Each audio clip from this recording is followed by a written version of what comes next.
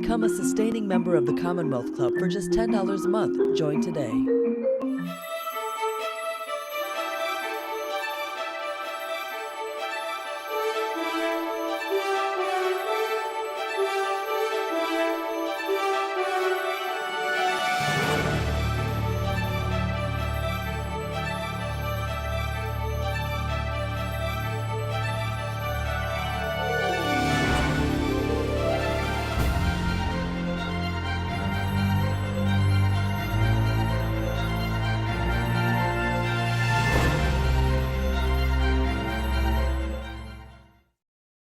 Good afternoon, and welcome to today's program. I'm Gloria Duffy, President and CEO of the Commonwealth Club. After nearly 18 months of being an all-digital organization, the Commonwealth Club is welcoming our members and the public back to our building for live programs. But we continue to host many virtual programs like today's important session.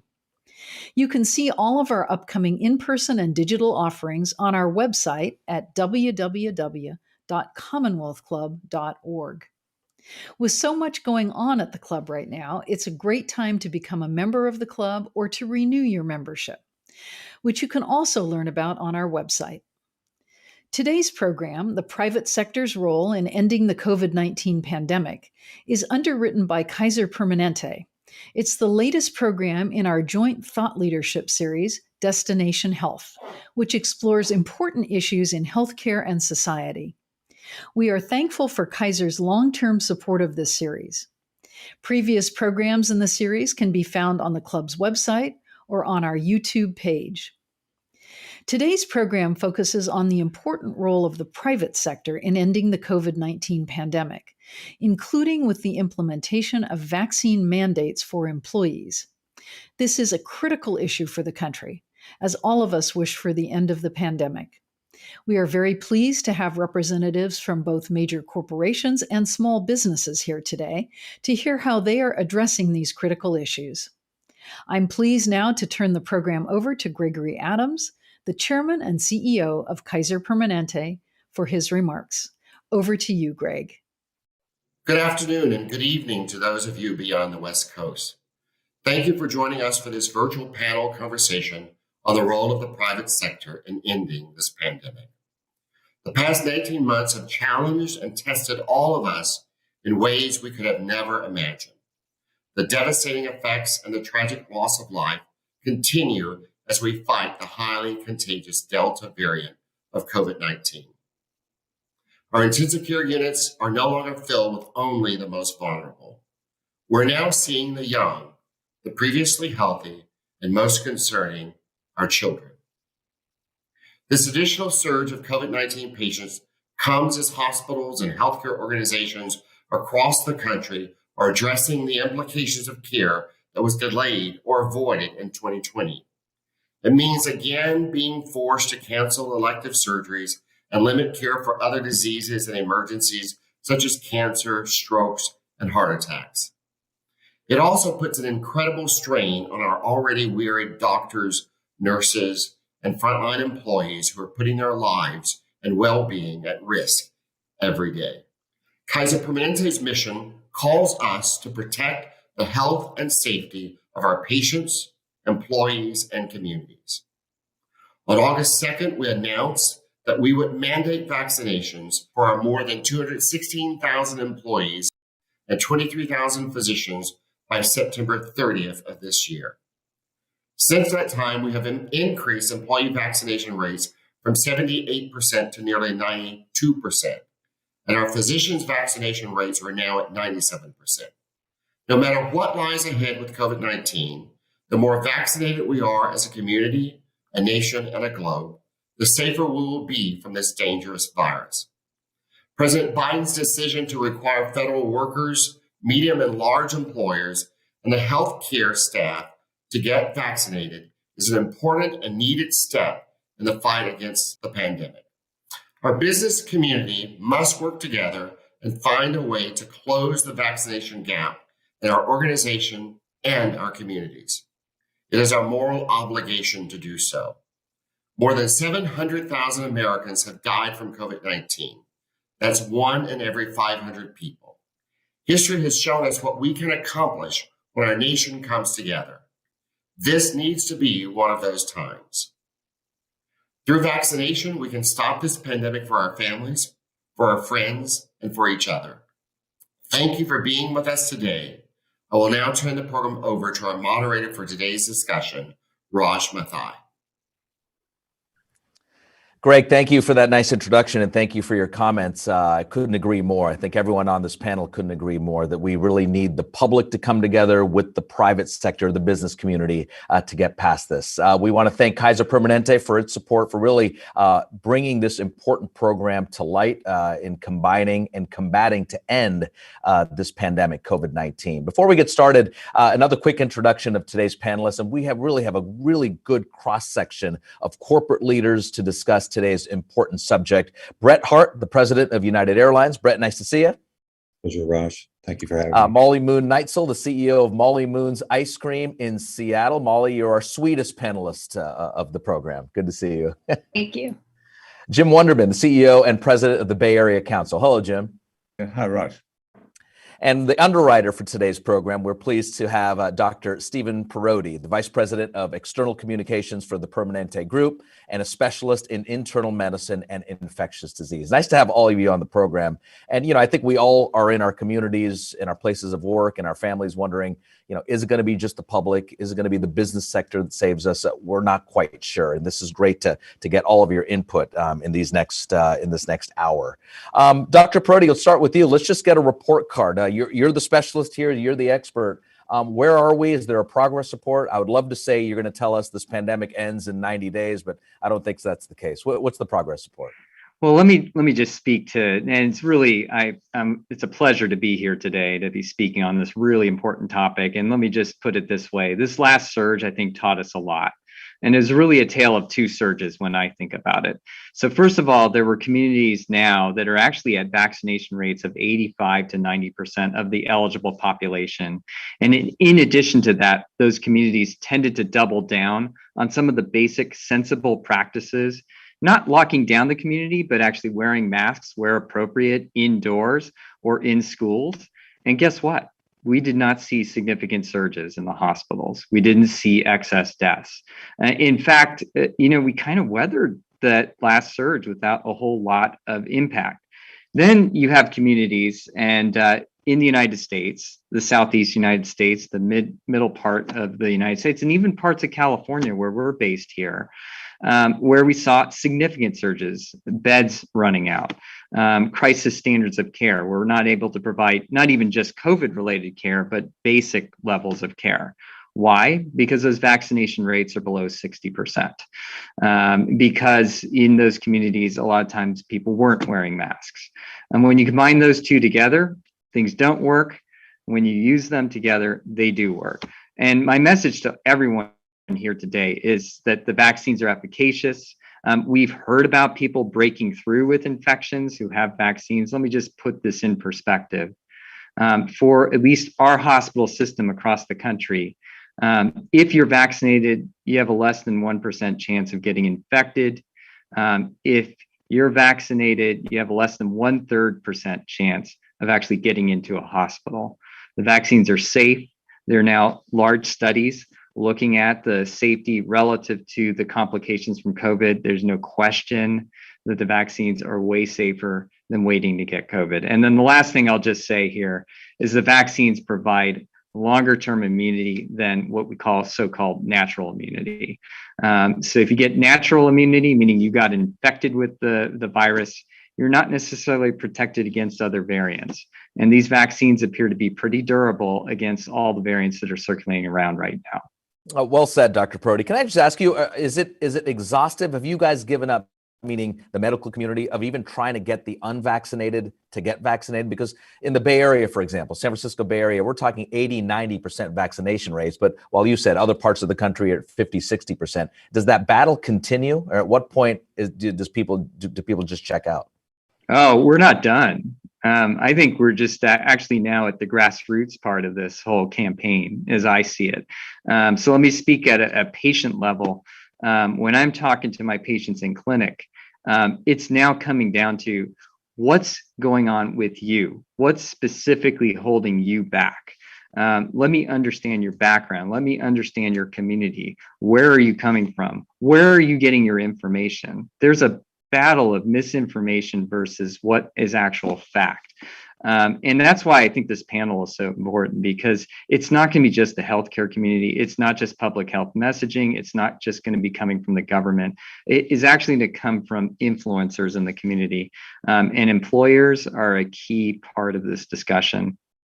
Let's bring in Brett Hart, based on what you just said, the president of United Airlines. Brett, nice to see you. 99%, I believe, United Airlines have been vaccinated of your 67,000 employees here in the United States. I think a lot of people are wondering, how'd you do it? How are you doing it? Yeah, thank you, Raj. And again, it's a real pleasure to be here this evening. Throughout the first year of the pandemic, we were really aggressive about trying everything that was at our disposal, including being the first to require masks on aircraft, and then in hold rooms and break rooms and in our clubs, and different processes for cleaning our aircraft and the like. But as soon as it became clear that vaccines would be available and available across the country, we started having discussions about the possibility of mandating vaccines. And we started those discussions towards the end of 2020. It wasn't feasible at that time, but one of the things that we did at the turn of the year and the beginning of this year is we went public with our employees, and we started talking about the fact that as an executive team, when it was feasible and when we thought we could do it, we would require vaccines. And I think that what that did was that allowed us to have that conversation with our team members over the course of the year. And once we finally got to the point where we understood that the vaccine was widely available enough and that we could feasibly step out and require it, and we did. And we think that from a cultural perspective and from the perspective of our employees having the opportunity to think about it and really embrace and understand why we will require it, we think that it allowed those who were certainly in favor of it to move quickly and to show their support. And in a lot of ways, help bring those amongst our employees who were more predisposed to oppose it, to help us actually bring them along in this process. We're hearing so much from the other airlines, we're not asking you to comment on those airlines, but so much problems with Southwest and American and Delta. What did United do differently, or what did you do to get on this course of 99%? Yeah, I think again, one part of it was communication and transparency. We talked very early on about our desire to do this. I think there was an expectation within our organization that when we were able to do it, that we would require it. We spent a lot of time educating our employees about the vaccines. We also engaged our employees. We were the first airline to carry the vaccine from Europe to the US. So we shared those victories, and we shared a perspective that the one way for us to really beat this pandemic, to get our business back on track, and to create an environment where both our customers and our employees and their families were safe, was to get everyone vaccinated. So we were very aggressive from the earliest point in talking to our employees about it, educating them, having transparent conversations, and addressing the pushback where we found it. Molly, I'm going to get to you in just a moment, but one more quick one for you, Brett. The conversations with the unions, I'm guessing those are never easy, but obviously you got past some of the challenges. Yeah, look, we have a terrific relationship with our unions. 90% of our organization is unionized. We have great union leaders and great union employees. So again, I think the opportunity to have these discussions early on and throughout this process really helped. And once we made the announcement, our union representatives were very strong in terms of getting out and making it clear that this is something that we could do. And they have been partners in this process from the very outset. Brett, really good information, really fascinating to hear it from the big corporate level. Molly Moon Neitzel, let's bring you in. You're on the smaller level, more of the grassroots, down to, literally selling ice cream with many employees there. 187 employees in the Seattle area. You hear Brett. Now tell us your perspective on getting people vaccinated, your employees, and what your communication was like with them. Well, we had similar conversations as soon as the vaccines looked available last spring about mandates. And as a small business in a customer service economy that has been struggling all pandemic to retain and recruit employees, we personally my company hadn't had a hard time recruiting, but every company around us was having a hard time recruiting and retaining employees. So we kind of held back on a vaccine mandate, and 95% of our employees ran out and got vaccinated. But my fear has been that I hire about 100 seasonal employees every year. And my fear was that if we didn't have a vaccine mandate in place, we would be wondering if we could keep that 95%, 97% into next year. So I was so happy when President Biden announced that there would be OSHA standards and that there would be a vaccine mandate for employers with over 100 employees. That was about workplace safety, because public health and workplace safety are the same thing. And we created a vaccine mandate at Molly Moons when President Biden said that every employer our size and larger would need to have a vaccine mandate in place, because that gives us the ability to be on a level playing field with every other company recruiting talent. Sure. You were actually invited to the White House and met with President Biden. What was said in that conversation? Why did he want your voice at the table?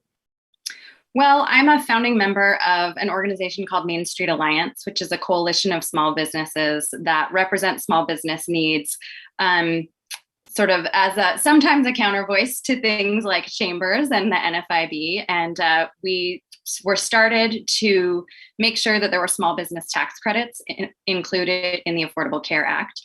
And I've done activism for small businesses around raising the minimum wage and paid safe and sick time. And so I let my voice be heard for Main Street Alliance members about the need for vaccine mandates to level the playing field so that I can compete for the same talent with Brett. And I think the White House was interested, and President Biden was interested in hearing from very small companies and very large companies about how vaccine mandates can be a part of the broader solution. Jim Wunderman, this is a perfect setup for you. You work hand in hand and have monitored Bay Area companies here for so many years. What are you hearing just on the street level from ice cream shops, pizza parlors to United Airlines? What are you hearing? Well, thank you, and it's great to hear from these impressive leaders. And I know one way or another, Molly's going to find some way to deliver the dessert from this session. We will ask Molly her favorite flavors. Believe me, we'll get to that. We'll look forward to. I think this obviously was so difficult on business, and throughout the more than a year and a half, there's so many unknowns, and things were shifting, and the disease took its toll hard at some times and softer at other times, and we were hopeful at some times and less so at other times. But I think it created somewhat a spirit of we can get through this working together, more collaboration. I know at the Bay Area Council, the meetings that we have on a broad range of public policy issues, including healthcare and COVID-19, the attendance rose, quite a bit. More folks wanting to get together and feel a part of something.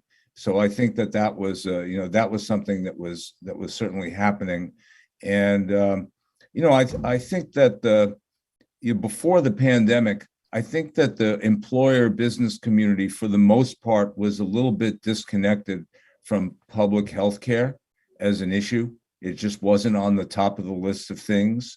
Obviously, with the exception of organizations like Kaiser, who deliver incredible public health care and are leaders in healthcare policy. So we have worked on the issue. The Bay Area Council was a leader in implementing or actually advocating for the Affordable Care Act a number of years ago, and then helped implement it here in California. But I think that things changed at that point, and we became partners with healthcare leaders. We didn't, our members didn't always agree on everything, and it's obviously the job of public health officials to keep us safe.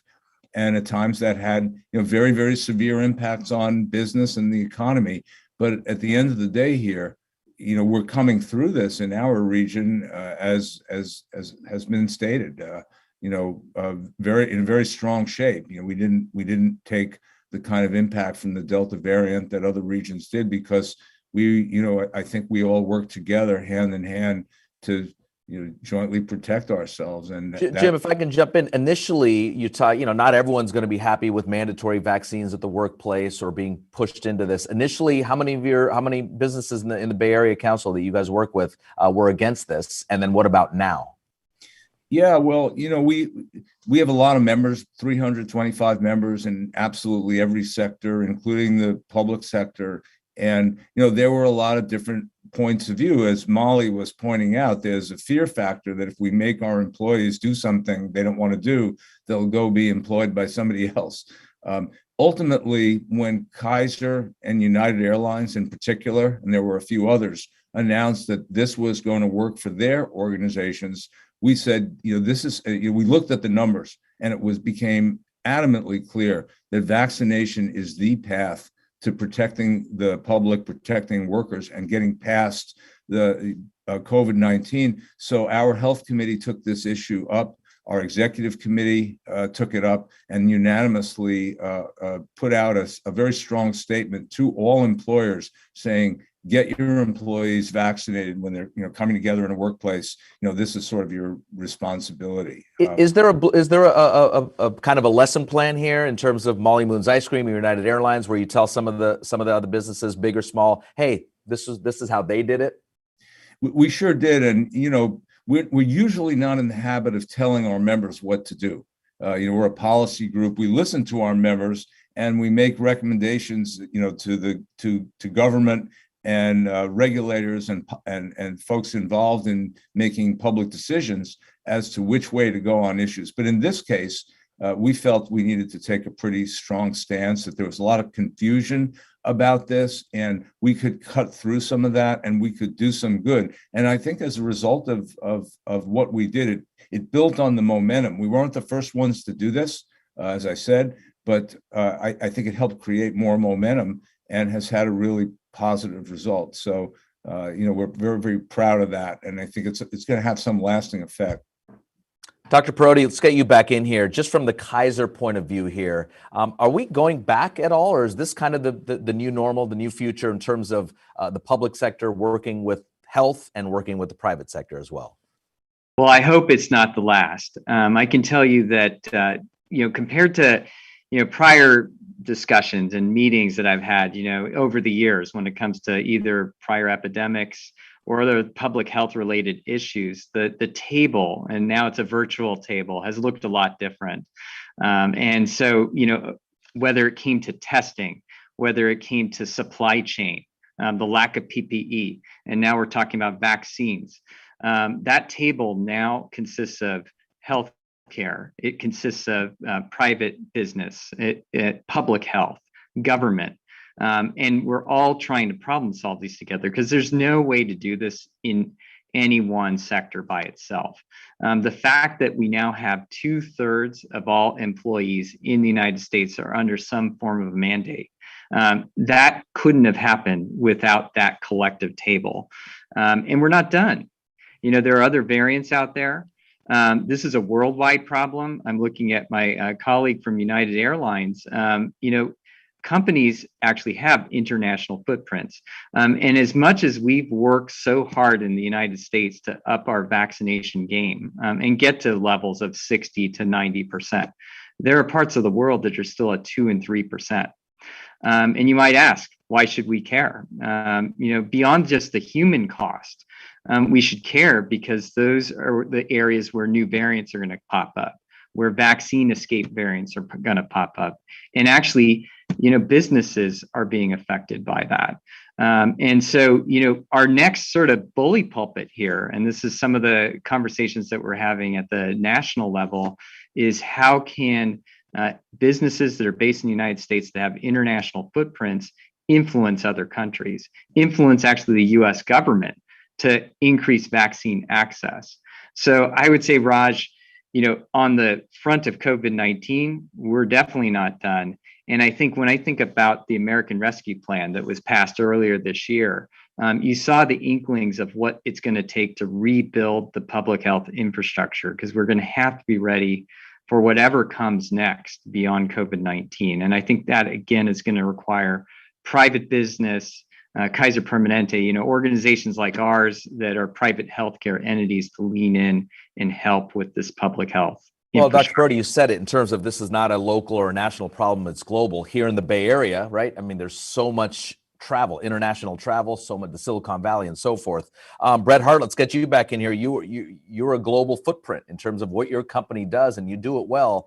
How can you help spread this? What can you do? What conversation can you have with President Biden and Dr. Fauci and so forth, if you haven't already, in terms of how United can help, as just one example of a company helping here? Yeah, no, absolutely. Let me say first and foremost that one of the things that has been most gratifying and inspiring about what we've all been through is the transparency and the willingness to share information and to lock arms and get through this together. And that goes for companies large and small and public and private entities. The information sharing, the walking and bumping in the dark and trying to figure things out together throughout this process has been really fantastic. And Brett, is that happening? Honest question, is that happening within your competitors and your colleagues? It absolutely is. And each of the things that we've all done, I think that in most instances, we have a way to share that information that's legal.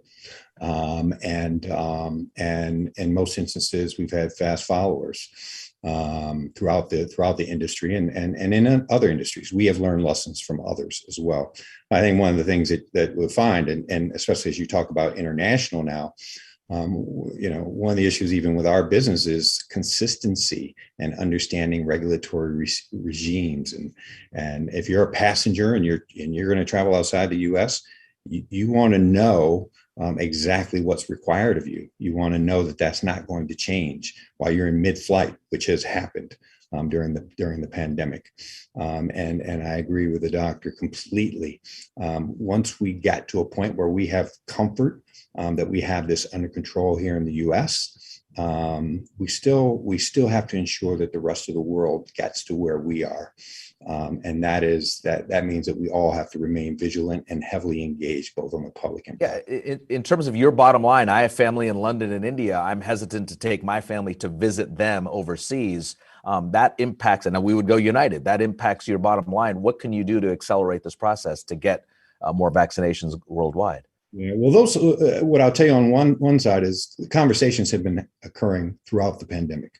We have great access to officials in other countries. We understand what their requirements are.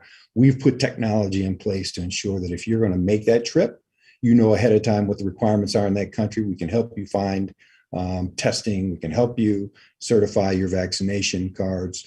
But we're also ensuring that those conversations are occurring both from the country outside the U.S., but with our government as well. And the doors have been open. We've had really productive conversations with our government here in the U.S., but we need uniform policies and procedures that apply across the world to ensure that if you're going to take a trip, you know with some certainty what's required of you, and it's not different from country to country. Dr. Parodi, are you optimistic in terms of the global vaccination rate in the next 6 to 12 months? I think we've got a lot of work to do. There are parts of the world where, of course, Europe, where you see vaccination rates that are similar or approaching that of the United States. But there are other parts of the world that are desperate for vaccine and access. And so I think, again, we've talked about partnering in the U.S., us working with WHO and working with other like-minded organizations, other international organizations and companies that have these kinds of footprints is going to be really incumbent upon the U.S. to help lean in, lead. That's why I think we're in this for the long haul. And I think I would be remiss if I said and put a date on it, but I think that's going to be the work of 2022 and perhaps 2023. I mean, it really is going to take that level of effort. If you think about other contagious diseases, I mean, it took that kind of mobilization. You think about smallpox, measles, mumps, rubella. I mean, these weren't things that were solved overnight. And what I am heartened by is that the world is focused on this. And so it's going to take not just focus, but also resolve. I remember in March of 2020, when this all started, relatively speaking, there was some research, some Harvard researchers said, January of 2022, we should actually look up and see if we can make progress, but it would take that long, and we're almost there. Molly, let's bring you back in here. Molly Moon's Ice Cream, from your perspective, obviously things have really taken a toll in a negative way during this pandemic for small businesses. But if you had a wish list, a magic wand, what would you like to see happen in this next year from the small business point of view? Well, I think, these vaccine mandates for employers will help. I think just communities being convinced to become vaccinated who have been victims of misinformation or fear. Kids getting vaccinated is top of my mind. I have 2 young daughters, 8 and 3 years old, neither of whom can be vaccinated yet. And my 3-year-old has worn a mask half her life. Yeah. And so all of her interactions with all of her friends have been from the eyes up. And kids' brains develop how they're going to interact with the rest of society. At 1, 2, 3 years old, all of her social interactions have been stunted. So I think kids getting vaccinated and adults being vaccinated to protect our communities of children while they can't is probably the top priority for me. I think, I started this company to make the world better, one scoop at a time. And I'd like to get back to a place where my employees can feel joyful about serving ice cream. And that probably means mask free. And that probably means being able to provide samples and chit chat with our customers, which is still very difficult between the 2 masks and the plexiglass and the fear of interacting with your customer and the public and your community. So I just really look forward to a time when transmission rates are so low and our kids are all protected, that we can take masks off and have joyful, fun interactions with our communities again. Has business picked up just this last few months over the summer? And what's the forecast going into the winter now, especially in rainy Seattle? Business was okay this summer, but not back to pre-pandemic levels. I thought it was kind of interesting. When I was at the White House, I got to chit chat with Secretary Yellen for a bit about business, and that she was quite surprised that my business hasn't returned to pre-pandemic levels. And I think that's something important for folks who don't work in customer service. Restaurants are still struggling. One of the things I hope for in the coming year is probably more federal support for food and beverage businesses, because we're not going to return to normal until people's behavior returns to absolute pre-pandemic normal. And like we were all just talking about, that could still be months, if not a year out. Jim, do we need more federal financial support for the companies that you work with, the Bay Area Council? Well, I think especially some of the smaller businesses, which are, we've lost a lot of them, and I think some of them are on the cusp. And I don't know that we can keep, as a country, pouring in as much resources as we have, but I think we can be, more specific, incisive about where the support is needed. But without some continued support, I don't think there'll be as many good stories to tell as there would otherwise be. I think a lot of businesses will be able to recover, but there's still uncertainty around timing. If you go into a lot of our communities, go to downtown San Francisco, it's very, very quiet. I was in Sacramento the other day, where the government is, folks are working from home. It's like a ghost town. And so those businesses are really ailing. And if we can accept that we're just going to lose them, well, that's one thing, but there's going to be a cost associated with that. So I think it's a delicate balancing act, because it's, there's not an unlimited amount of resources, but I think we've learned a lot and we should apply those learnings and continue to provide the support where it's actually needed the most. Jim, I had heard, correct me if I'm wrong, what's the ballpark figure here, that in the Bay Area, at least, the restaurants here in our 7 to 8 to 9 counties, about a third are either closed down or shut down for several months. Is that accurate? Yeah, depending on where you are, it's a third to half, and that's a huge number. Now, the market eventually, we don't know exactly when, but the market will come back. And, if the original restaurant can't come back, another one will take its place because people like to go out and they like restaurants. And I would hope, and I somewhat suspect, that we're going to see some kind of a renaissance here. We also I was going to say, in a capitalistic society here, doesn't that clear the way for new, fresh ideas in terms of pro-business now, if you want to look at it that way? And we've seen some of that with parklets and outdoor dining, and folks being able to take drinks off the side of the restaurant and so forth. So we're seeing some creativity happen that always happens in a crisis, that can then go on into the next era and actually increase and expand the horizons of the business opportunity. So I think we'll see some of that. But at the same time, we have folks who are really hurt by this, and we probably won't see again, at least in the same form. And that you can't help but be discouraged by those numbers.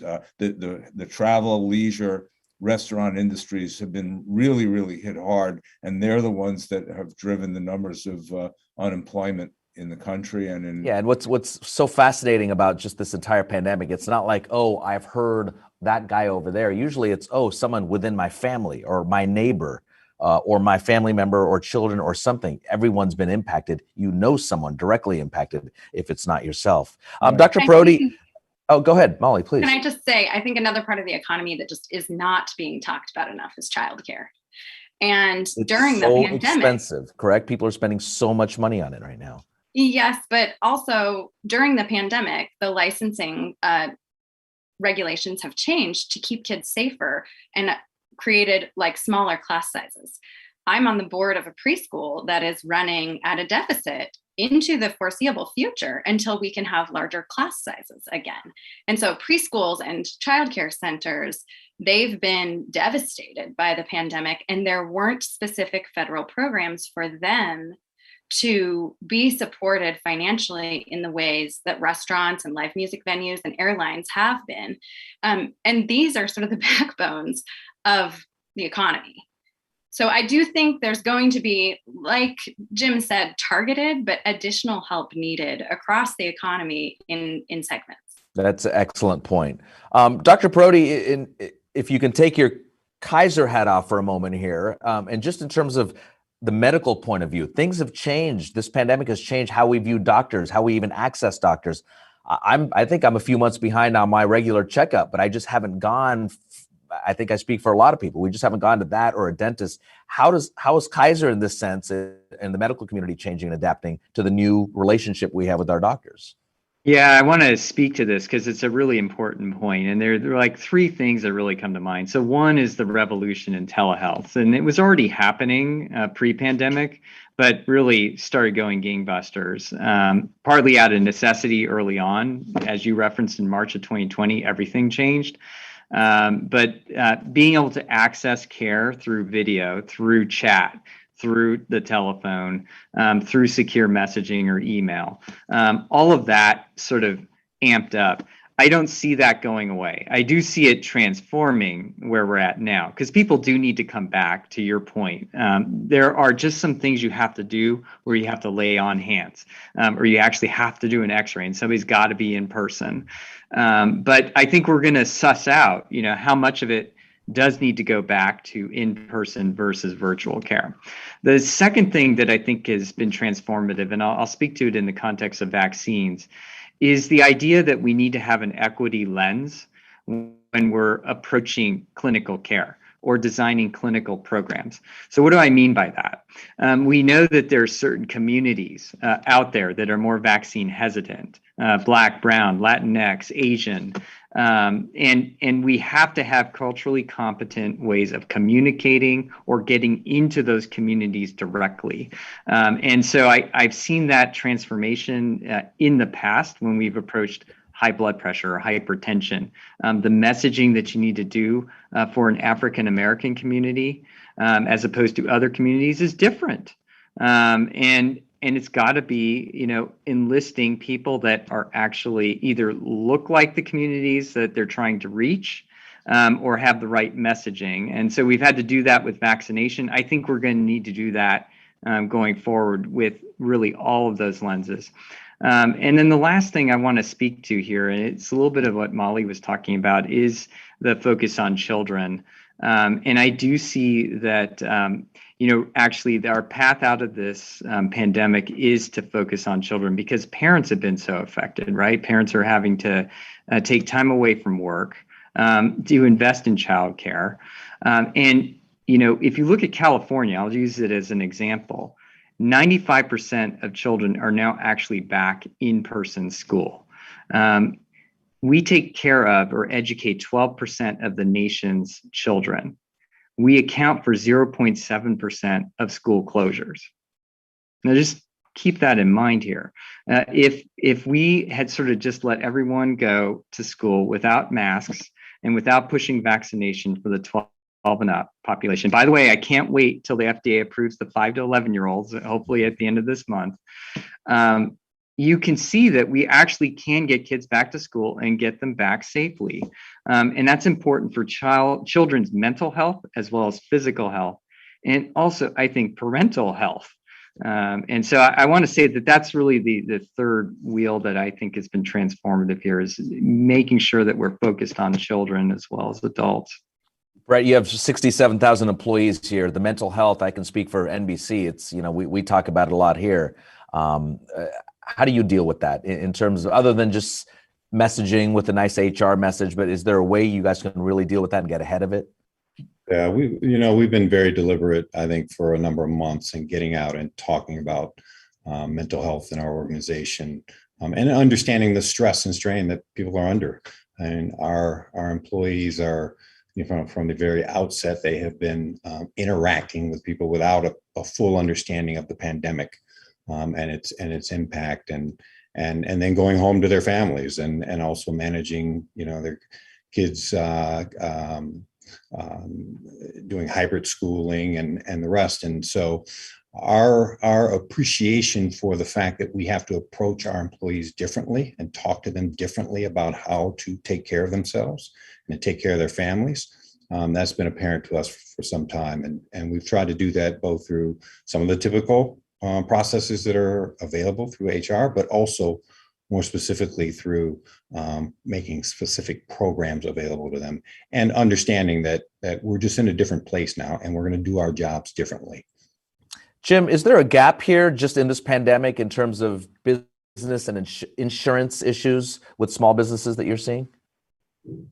Well, I think that, there are certainly some gaps. And, I think in general, it's just been really tough on the entire business community to try to get its arms around, all of the economic factors that are involved in pulling through once, especially once the federal and state subventions wear off, where businesses are going to be and where industries are going to be. So I think it's there's still a lot of dust in the air on this. And as things begin to clarify, I believe more issues will arise and we'll see more clearly some of the issues. Things have been handled as they come up on a case-by-case basis between various parts of the business community, and we haven't seen, I think, the final on this. But a lot of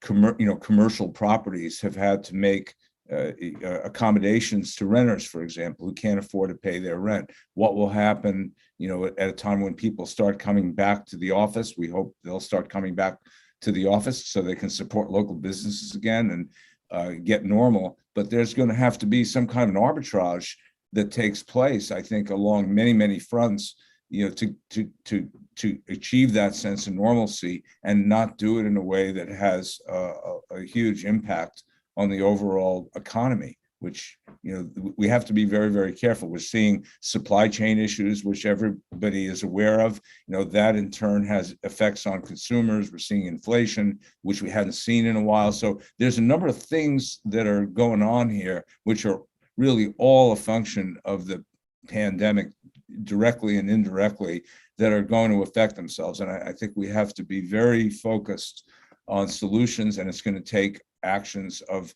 business working with the government, being very deliberate about how to move through this next phase. I think it's going to be very important. Molly, if we were to sit in on some of your employees just hanging out, whether they're part-time or full-time, what are their biggest concerns right now? Without the CEO in the room, without the president in the room, if they were just hanging out talking with each other, what are they talking about in terms of their anxiety for the year ahead?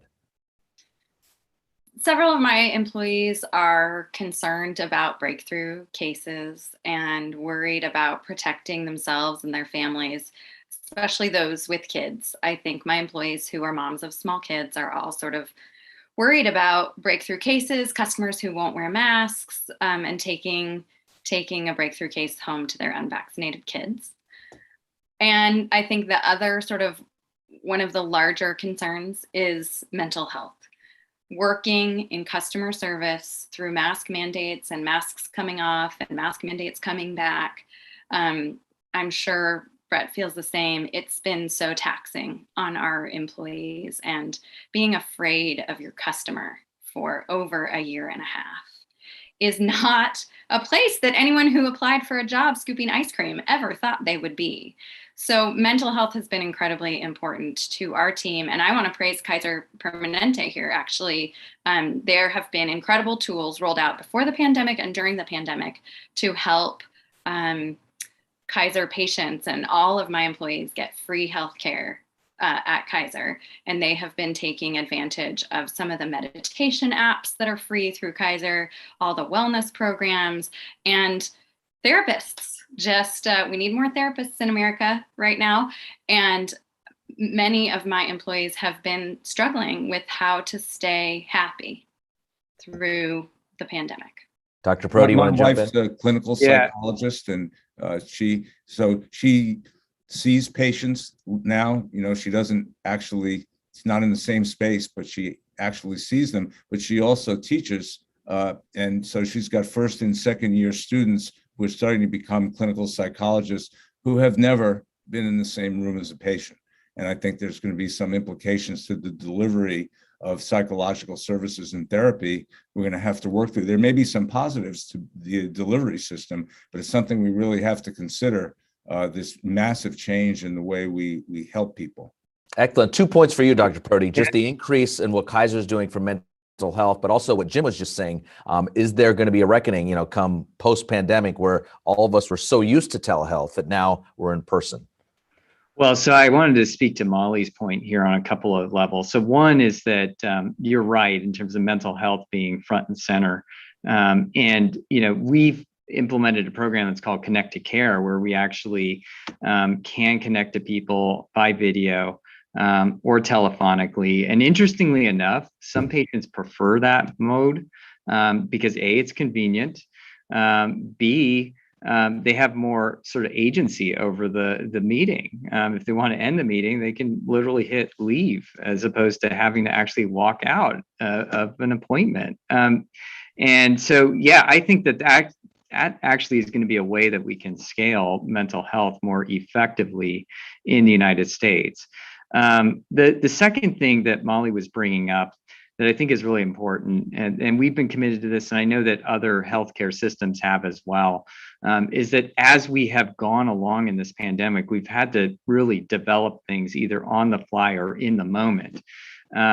And we've been willing to share our best thinking. So a lot more open source related material. So for example, in the beginning, we were trying to figure out, okay, how do you do PPE? How do you handle a patient? How do you handle a surge?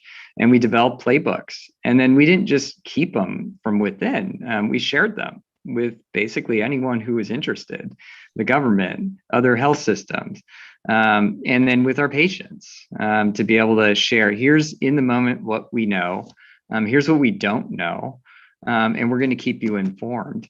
And so I hope that actually those lines of communication continue beyond the pandemic to other things that are so important here. You know, when you think about heart disease, you think about cancer care, stroke care, all those kinds of things will benefit from these lines of communication that we've now established. You know, the speed at which we can, and I'm an HIV doctor as well as an infectious disease doc. So, I mean, the revolution of how fast we were able to move research because of the AIDS epidemic, I think we're seeing similar transformative changes here with COVID-19 in terms of producing evidence and research that then becomes applicable and hopefully explainable to the general public in a much more rapid fashion. I think we're going to come out of this with a lot of learnings about how do we communicate with people and how do we bring people in when they need to be brought back in, Raj, to your other point, which is how about this in-person hangover thing? And I do want to speak to this, which is the deferred care that's out there. There are people that weren't able to come in that have heart failure, or they have, potentially more advanced cancer now. We've got to be able to get our arms around this pandemic so we can get back to the business of taking care of regular disease, because that didn't take a vacation. That didn't stop during this past year and a half. So being able to provide that level of access while accommodating these new needs for access are going to be really the juggle that the healthcare system is going to have to do. And I cringe to ask, are we going to see this influx of patients with some serious other issues, non-COVID issues coming in a year or two from now? So I think that is our concern. That's what we have to be prepared for. And so we have to message to people that it is safe to come back to get care. And I want to sort of put that message out as strongly as possible today, that we do need you to come back to get your screenings, to get your mammograms, to get your cervical cancer screening, to get your colon cancer screening. That all needs to start happening again, because I am worried that there will be a tail to this pandemic where we see other diseases become a problem and more prominent. Well said, Dr. Parodi. I think we'll all have some takeaways from this.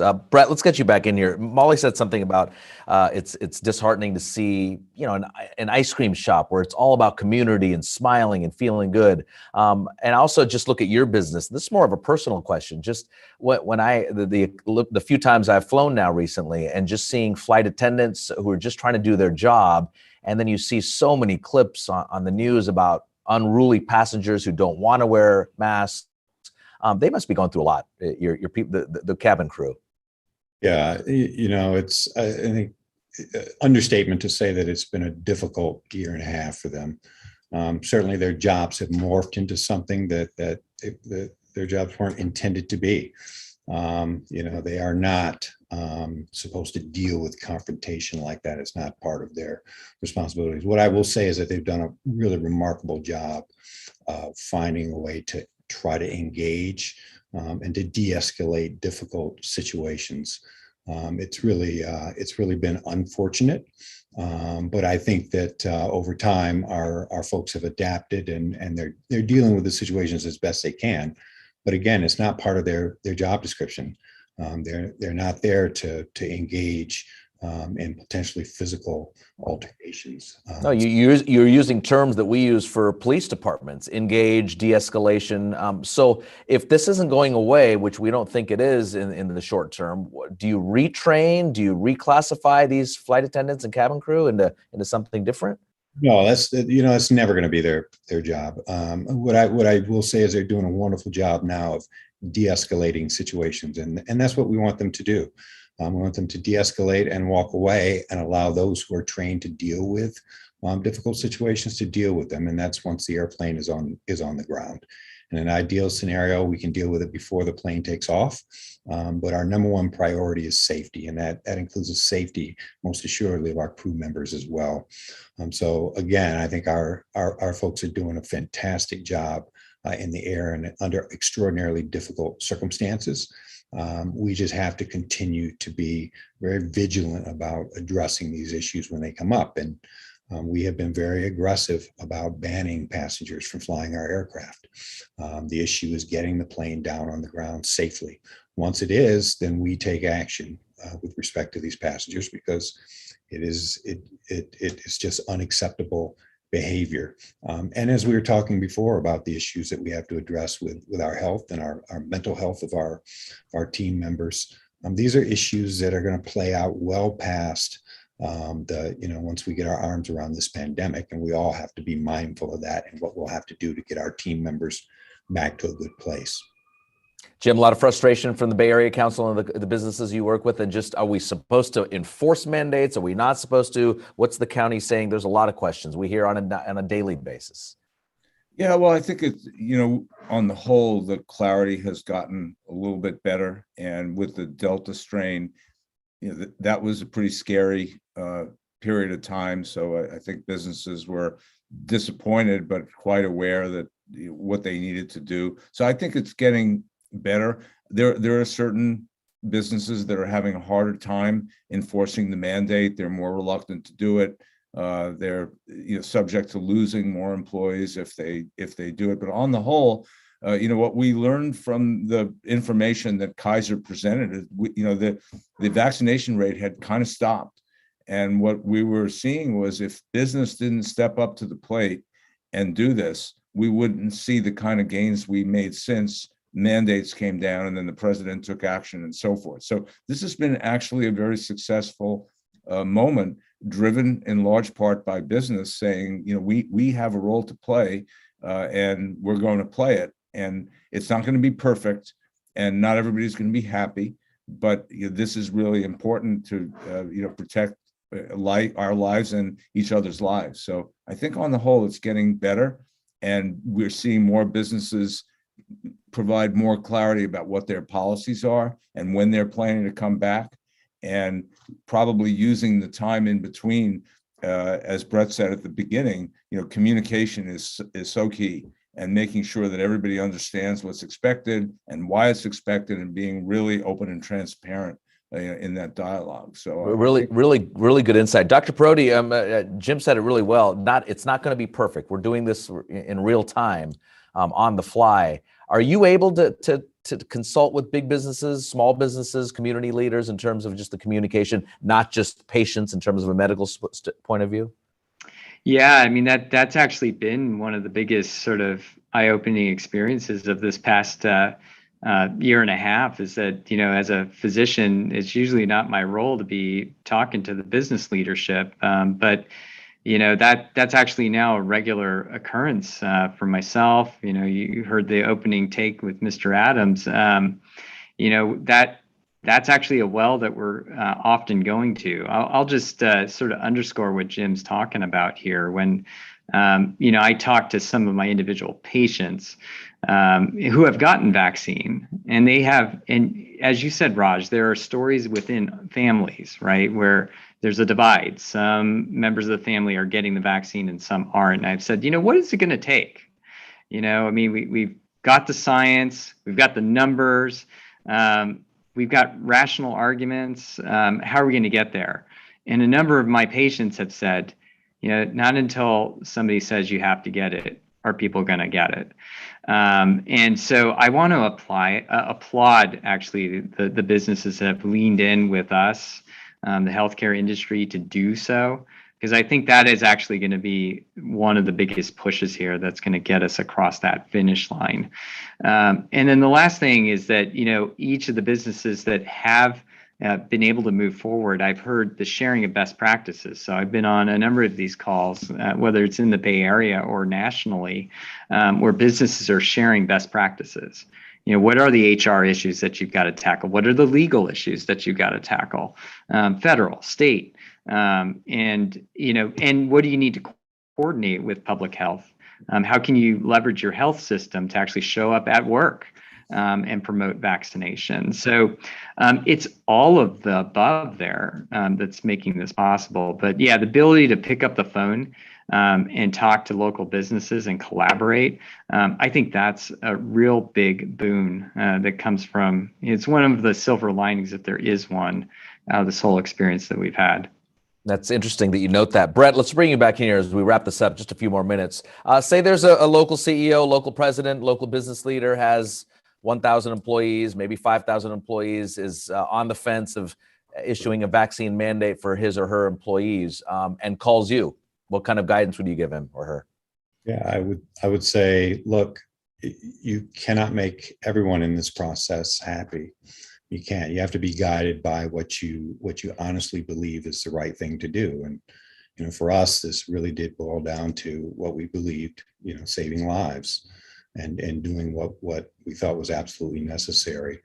So I would tell them that, listen, be as transparent and open about the way that you're thinking about this, and talk to anyone who will talk to you in your organization, but step forward and make the decision and push through. And what you will find at the end of the day is that there are some loud voices that oppose it, but you will be giving a path to those who want to come out and tell you how grateful they are that you're actually making this step forward. And that's what we found. The voices have been far stronger supporting what we've done than those who have been opposed to what we're doing. So it's been the most challenging time of your career? Yeah, no question about it. I mean, this is the biggest challenge that our industry has ever faced. And look, we had team members who were losing their lives on a weekly basis. Nothing has compared to that on a week after week after week basis. So without question, the most difficult period of my professional career, but in a lot of ways, the most satisfying as well. I mean, everything that we've been talking about for the last hour, about people coming together, sharing best practices, locking arms, and trying to do what we all think is right, has been also, I would say, the most gratifying period of my career. To this entire panel, I really appreciate, and I think for everyone watching and listening, just your candid comments and your insight. It's been fascinating and really educational. As we wrap it up, just with a smile here, Molly, favorite type of ice cream that we should have at Molly Moon's when we visit Seattle? And like Jim said at the beginning of this program, can you send it to us if we're not in Seattle? Our customers love anything with chunks in it. So our oatmeal cinnamon cookie dough ice cream is one of our top sellers. Our homemade cookies and cream, and our Yeti ice cream, a Pacific Northwest favorite, is sweet cream ice cream with granola, chocolate chunks, and a ribbon of caramel. Okay, yes, yes, and yes, right, panel? And Brett, what's a destination United flight that you like to take or will take in the near future? We just announced not too long ago Johannesburg, South Africa. Oh, nice. Listen, it's a big world out there, so we got to get people back on aircraft and get them back to exploring and seeing other cultures and enjoying this beautiful world that we have. We agree. Jim, thank you for your time. Good seeing you as well. Dr. Parodi, thank you for your insight. Unfortunately, this is it. We have to wrap up our program, but I want to thank the Commonwealth Club for bringing us all together and giving us a platform to share all of your great ideas and thoughts, for hosting this important conversation. And again, a special thanks to Kaiser Permanente for providing support for this program as part of its Destination Health series. I'm Raj Mathai, and this is the Commonwealth Club program, and we're now adjourning. Have a great time. Have a great day.